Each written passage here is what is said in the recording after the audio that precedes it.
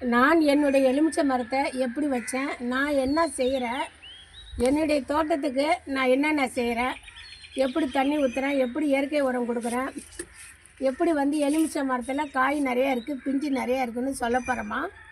இந்த எலுமிச்சங்கன்று நான் தான் வச்சேன், சரிங்களா? நான் வைக்கும்போது என்ன பண்ணிட்டேன், இந்த எலுமிச்சங்கன்றில் அங்கேருந்து நர்சரியிலேருந்து வருமில்ல இலைகள், அந்த இலைகள்லாம் கிள்ளிட்டேம்மா. நான் மேலே மட்டும் 4 இலை வச்சுட்டு கீழே இந்த தண்டில் இருக்கிற இலை எல்லாத்தையுமே ரிமூவ் பண்ணிட்டேன் கத்திரிக்கோலால், சரிங்களா? ரிமூவ் பண்ணிவிட்டு இதுக்கு வந்து 2:2மா 2 வந்து இது தோட்ட மண், 1 கொக்கோ ஃபிட்டு, தோட்ட கழிவுகள் மீன்ஸ் செத்தைகள்மா. இது நம்மக்கிட்ட கொஞ்சம் தோட்ட பெருசு, செத்தைகள் அதிகமாக வரும். செத்தைகள் எம்சாண்டு 2 போட்டோம்மா.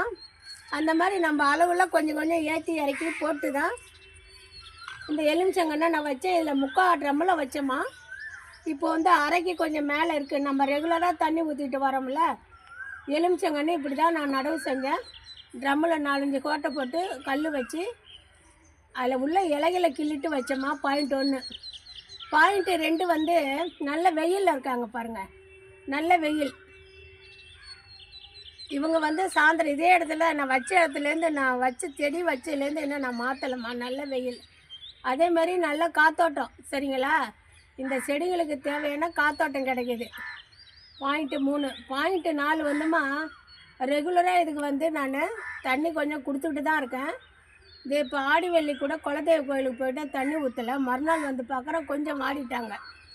எலுமிச்சை மரம் மற்ற செடிகள் மாதிரியே தண்ணி வந்து ரெகுலராக கேட்குது. நம்ம பெரும்பாலும் பழமரத்துக்கு 2 நாளைக்கு ஒரு தடவை 3 நாளைக்கு ஒரு தடவை ஊற்றலாம், சரிங்களா?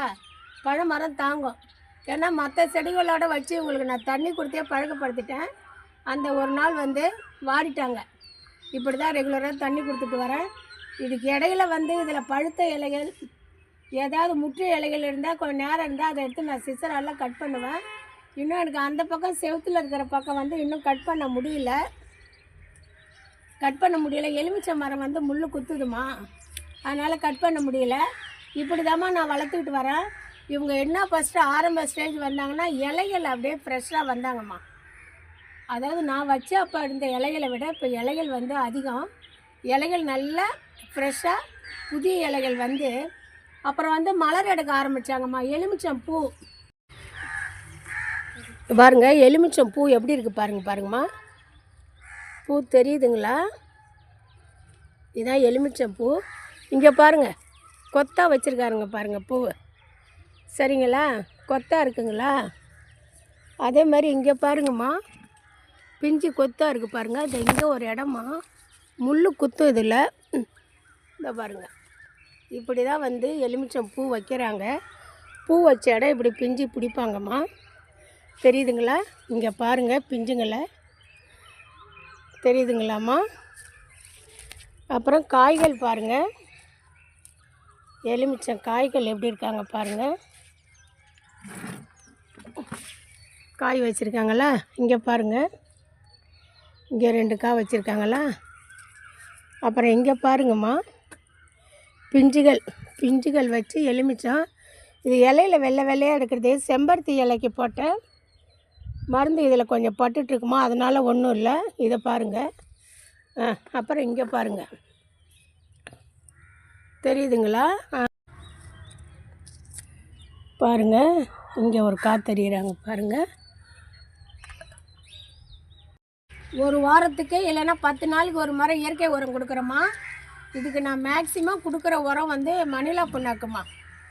ஏன்னா மணிலா புண்ணாக்கில் பூ வர்றதுக்காக பொட்டாசியம் இருக்குது, பாஸ்பரஸ் இருக்குது, மங்கனீஸ் இருக்குது. மணிலா புண்ணாக்கு வாங்கிட்டு வந்து 3 நாள் ஊற வைக்கலாம். ஆனால் 3 நாள் ஊற வச்சா அந்த சுமல் நமக்கு தாங்காதுமா. நான் 2 நாள் ஊற வைப்பேன். 2 நாள் ஊற வச்சு இல்லை தண்ணி கலந்து கொடுப்பேன், சரிங்களா? அப்புறம் மீன் அமினோ அமிலம் கொடுப்பேன். அப்புறம் வாழைப்பழ அமினோ அமிலம் எல்லாம் நானே தயாரிக்கிறதுமா, அப்படி கொடுப்பேம்மா. ஆனால் இதுக்கு நான் வந்து மணிலா புண்ணாக்கு 2-3 தடவை கொடுத்துருக்கேன். நம்ம ஒரு செடி பூக்கள் மொக்கு வைக்கிறாங்கன்னும் போது அதுக்கு பொட்டாசியம் இருந்தால் ரொம்ப செடிக்கு வசதியாக இருக்கும். இந்த மணிலா புண்ணாக்கில் பொட்டாசியம் இருக்குது. இப்போ நானே உங்களுக்கு வந்து பூ பிஞ்சு மொட்டுலாம் உங்களுக்கு நான் காட்டியிருக்கேன். இந்த மாதிரி தாம்மா நான் எலுமிச்சை செடி வளர்க்குறேன். நீங்கள் செடி வச்சு வரலை, என்ன ஃபால்ட்டு, என்ன ஏதாவது டவுட் இருந்தால் நீங்கள் கமெண்டில் கேட்கலாம். இது எவ்வளோ நான் என்கிட்ட மாடியில் அத்தி மரம், எலுமிச்சை மரம், ஸ்டார் ஆப்பிள், வாட்டர் ஆப்பிள், மாதுளை இருக்குது. இந்த எலுமிச்சை வளர்ந்த வரலாறு இப்படி தாம்மா.